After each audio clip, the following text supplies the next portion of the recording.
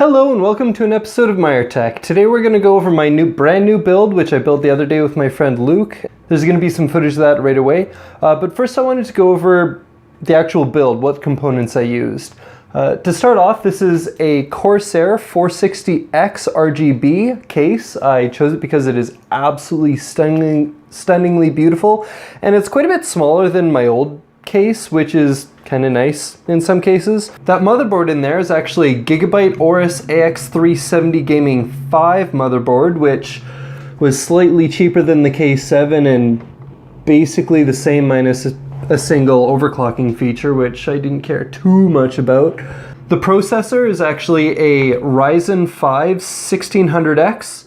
I went with the 1600X because I'm going to try to hit 4.1 gigahertz once I have decent cooling. That Corsair H100i original is actually not working that great. I've already ordered an H100i V2, which should be quite a bit better. We'll see when it gets here. The GPU is a 970, which is perfectly fine for now. And I brought over my storage from the last build, which is a Samsung 840 EVO and a Western Digital Black. 1 terabyte. There's two purposes for me showing off this build. First is, as I was building it, I was kind of showing my friend Luke how to build it.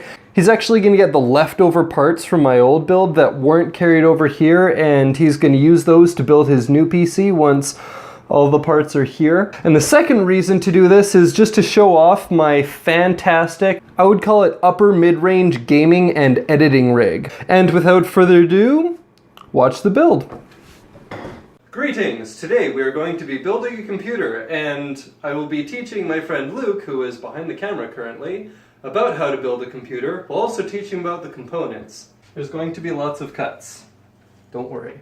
Lots and lots of cuts. So the first thing that we have to do is put in the I/O shield. That goes in here. You just push that in, it'll click into place. Now the next thing, before we place in the motherboard, we have to check to make sure that there is pins on the back of the case, because I knew a guy once who the motherboard didn't come with these standoffs in place, and he went ahead and placed the motherboard on it with the back of the motherboard against the metal, and he killed 2 motherboards during that build in that way. So most cases come with those standoffs, but just double check that.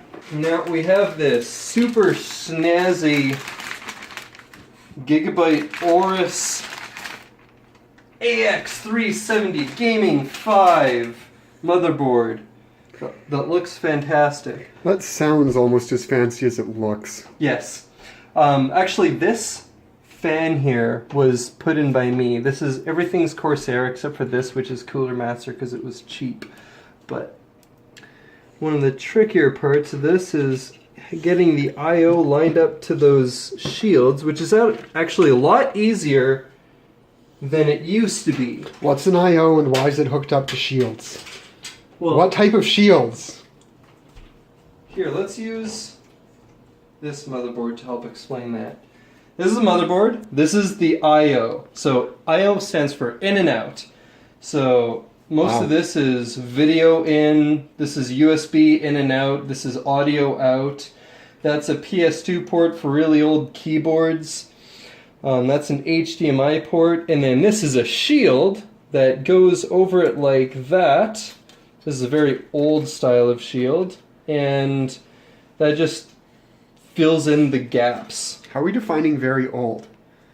How quickly is this tech changing? This is from 2012. 5 years old is very old. Yes. Great. But we have to screw it down. That's fun. I'm probably gonna lose some screws? They look tiny. I like it when cases come with these boxes for all the little bits and boops. Bits and boops. A box filled with bags. Box filled with bags. And bags that have little bits and boops in them. Great. That way, maybe you don't lose them. That way we will probably still lose them, but if we lose some of them, it's okay, there's extras! There are? Yay for extras! That actually is convenient. That is indeed that is convenient. I think we need 8. There's like over a dozen there.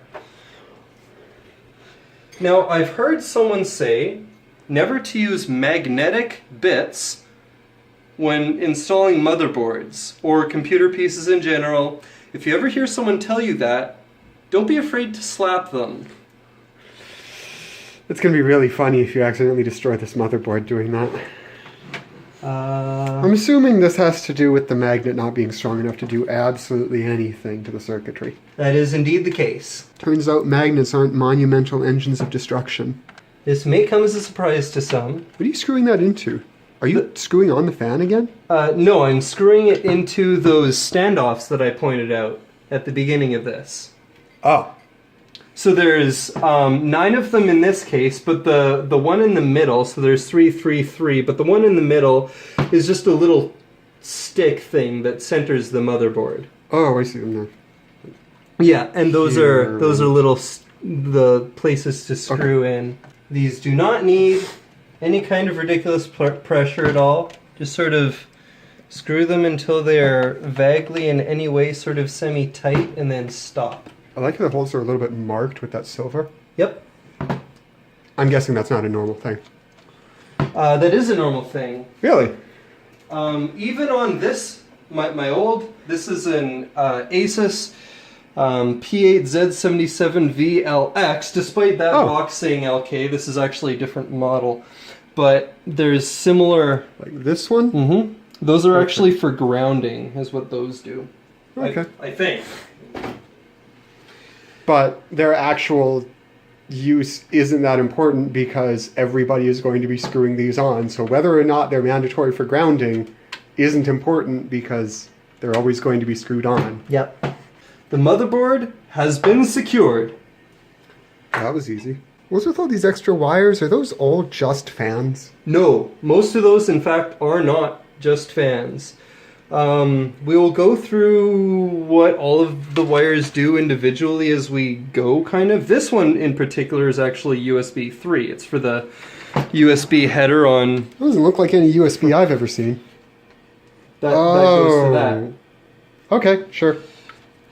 Mm-hmm. The cable version, the slot version. So here, let's just throw the...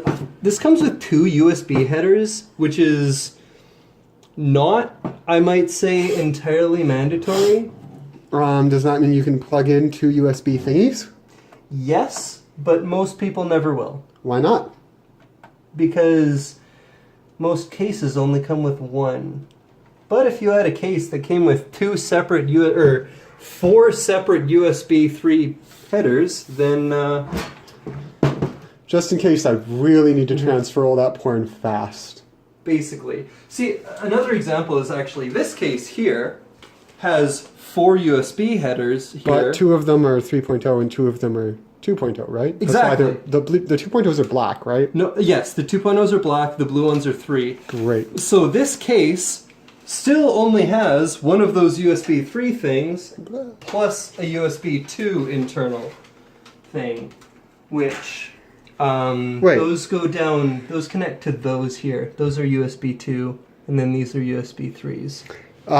So the significant thing is that there's more pins for more wires to connect. Yes. Okay. Yes, that's true. Actually, I like this because we can get an image of the wire and the empty one at the same time. Mm-hmm. That's kind of impressive. I mean... utterly superfluous, but handy, as far as demonstrating a build goes. So now this is something that I've been looking forward to. We are going to seat the CPU. I've in fact never seated an AMD CPU before. In fact, this is the first PGA CPU. What's going on when you pull that lever? So what it does is actually, it's kind of on a lever, and this slides. And when it slides like that, it slides open, so the CPU will just fall into it nicely without any pressure.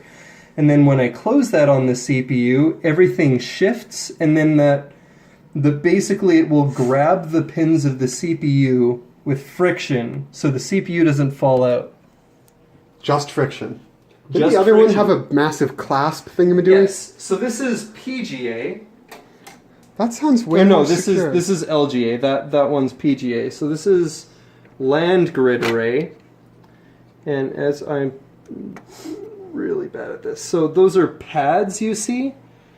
Or, you know, a lack of pins that you see. Yes, but then there's pins down there. Yeah, okay, they're tiny. So yeah, there's tiny pins there. So if you want to seat this CPU, you just drop it in like that. Don't push on it, and then just sort of close that. Get that under there. Yeah, what, under where? Oh. Make sure that's under the button there. Right. And then pull down the lever. Sometimes, if this is the first time that CPU is being seated in that socket, there's this really nasty grinding sound that makes you terrified that you're breaking things. And every first-time builder, including myself when I was building on this very thing, made that nasty grinding sound, and I was really scared, but then the CPU and motherboard worked just fine for nearly 5 years, so... They're not dead right now, though. No, they are still fine. In fact, they're going to you. Yeah. So yeah, they still work. No problems. So now what we're going to do is we're going to seat this AMD Ryzen. This is a Ryzen 5 1600X. This is a notable upgrade over the previous one because this It's has... 5 years newer. Yes, but due to really depressing improvements in CPU technology in that time, each core of this is barely more powerful than an individual core in there. The notable thing about this is there are 6 cores split for not hyperthreading. Hyperthreading is an Intel thing. It's actually SMT, simultaneous multi-threading. It's basically the same thing. Okay. Which means that each of the physical cores, each of the 6 physical cores on this CPU will pretend to be 2 cores. The operating system will actually see it as being a 12-core I thought multi-threading did, or hyper-threading did pretend to be 2 cores. So hyper-threading and SMT... Sorry, hyper-threading is SMT. It's basically like a Kleenex is a tissue paper. Ah. So you're talking about subsets. Yeah, well, not even subsets. I guess there is some differences, but... a Labrador is the type of dog. Not quite in that same way. Wait, what? It's more that hyperthreading is Intel's branding name for SMT. Oh, like Q-tips. Yes, yes. That's why I used the Kleenex example. Yeah, but, I mean, an extra example wouldn't hurt when there's a lot of variables still left to explain. True. I am looking for a marker. Not the pen kind. What's going to be marking what? I'm looking for a triangle, like that one, somewhere on there, to tell me which way... Which way goes where? Yeah. A triangle like... Oh yeah, let's see. The triangle again? The triangle like is that. there. There's a triangle there. There it is. It's hard to see. The way that I double check that is all of the other corners have 3 along the edge. Whereas that one has kind of a square cut out, and then there's the square cut out you see there. Whereas those have 3 along the corners there. Okay, so So that means this actually goes in like that. I really hope this thing has a good enough camera to have seen that. I think we're good. God, there's a lot of... It'll be fine. So anyway, basically you know it went in properly when it just sort of drops in without any force required.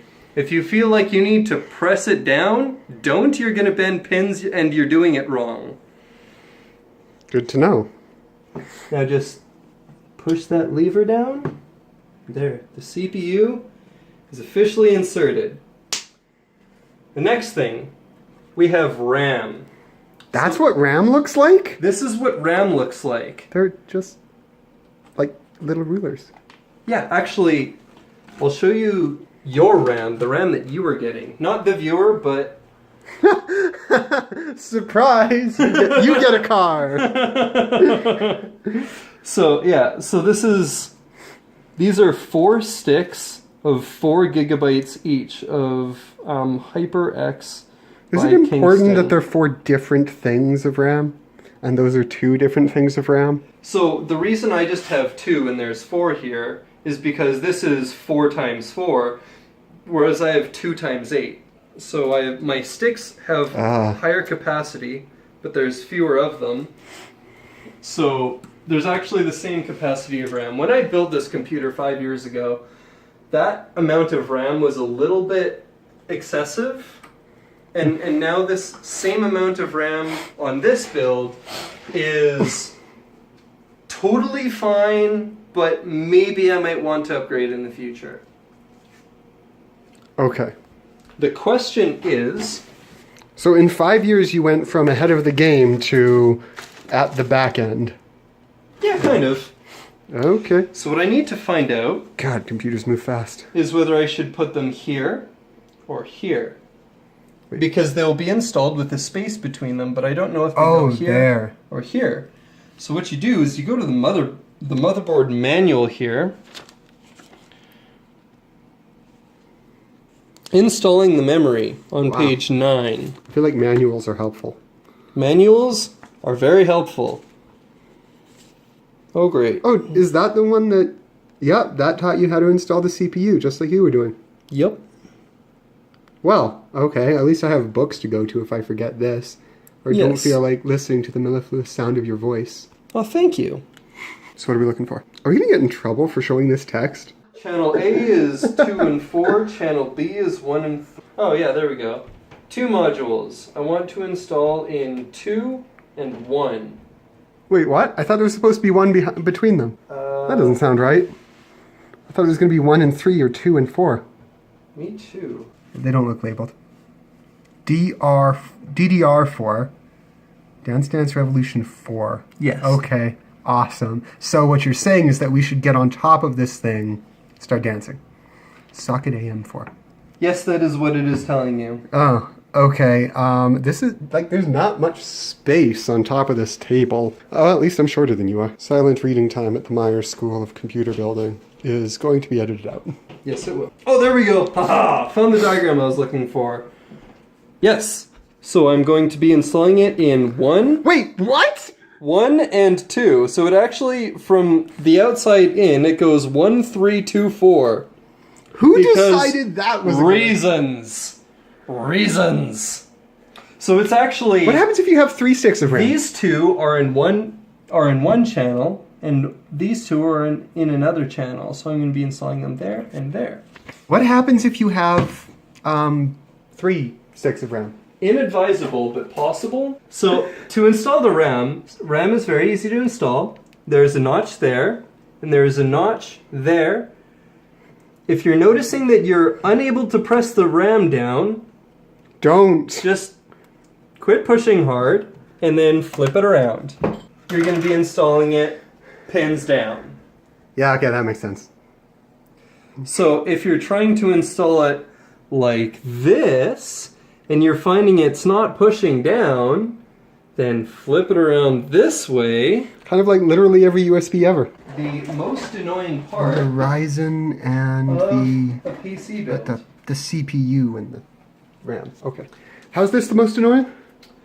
Well, there's all of these little connector things that normally you've got these wires, and you have to like find out where these wires correspond to on that thing, which is kind of a pain in the neck. Aren't they colored?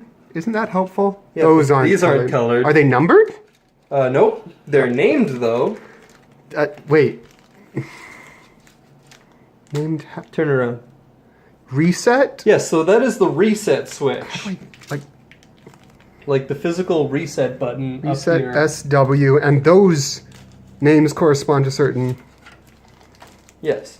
colors. Fortunately... HDD, LED, somebody's going to have to turn their monitor upside down when they watch this, because that's the easiest solution to this. It's not. It really is. Control-Alt-Down or something like that, right? Mm-hmm. I mean, if you really want to flip the video upside down and... So I've actually never done this before, but see, this is a nice clip that Gigabyte was so kind as to give us in these things. So you just sort of pop those things in there, and push them down until they click. Do they click? They should click. I feel like they should click. Oh, I heard a click. There's another click. There we go. So that's the power LED. Now what's the next one? Minus positive, minus positive. Oh, okay, so you just flip them around. Yeah. Well, I didn't flip them around. I just made sure they were oriented correctly, and they were. I did it right the first time. And it's always important when you're doing things like this, just guess, and if you're not right, then it'll be fine. Because it'll not turn on, and that's the worst thing that could happen? No. It's always good to double check. Although, yes, I mean, it's not really. Don't be sarcastic! I'm learning here! I'm sorry. In this case, the worst thing, if you screw it up, when you press the power button, it won't turn on, or if it does turn on somehow, and then you press the power button later, it might reset. I don't know, just the buttons might do the wrong things.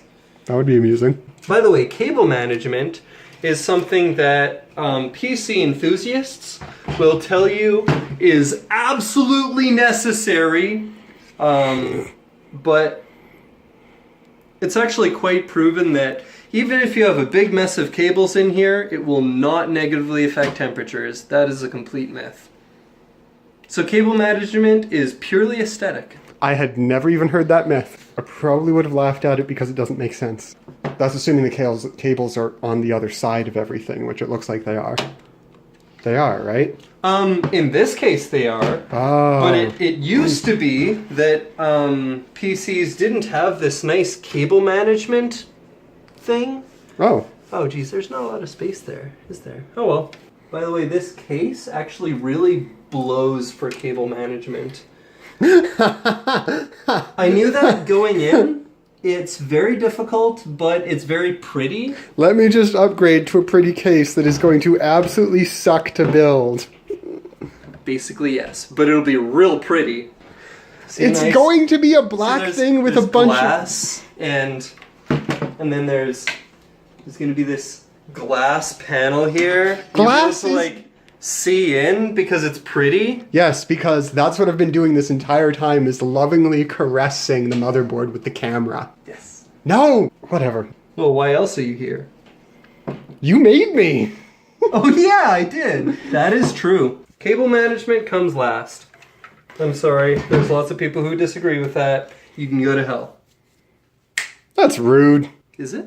Are you sure? That doesn't sound right to me. Absolutely nobody likes hell.